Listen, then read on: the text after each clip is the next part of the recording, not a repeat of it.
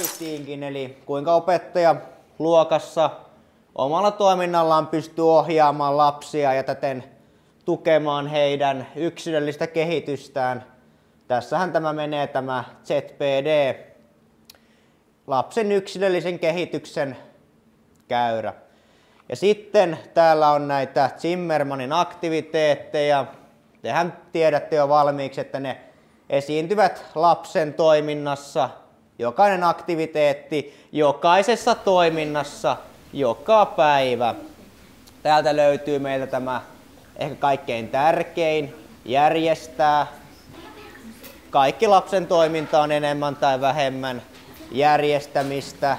Silloin kun se ei ole keksimistä, soveltamista, laskemista tai esimerkiksi arvioimista. Perusteella aktiviteetti yleensä tulee siinä vaiheessa, kun lapsen pitää perustella jotain.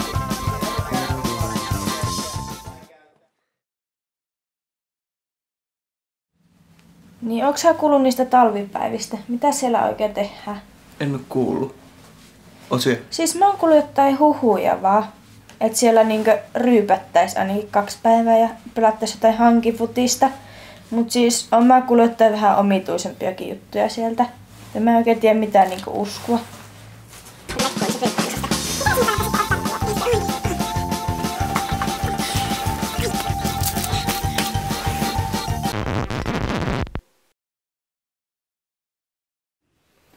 Tyyny ja peitto.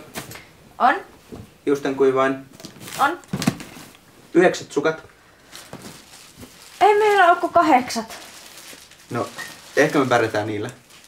Okei. 2 lonkeroa. On? Ja siinä on kaikki. Okei.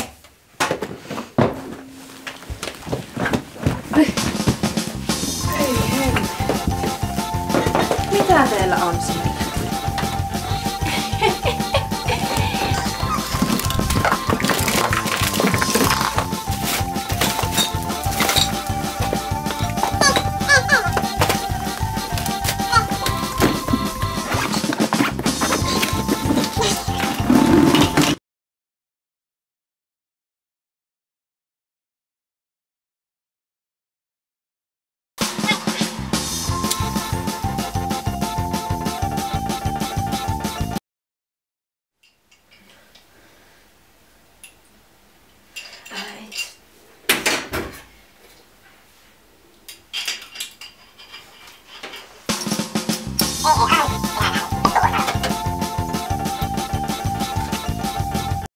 Aika hedelmäinen tosta.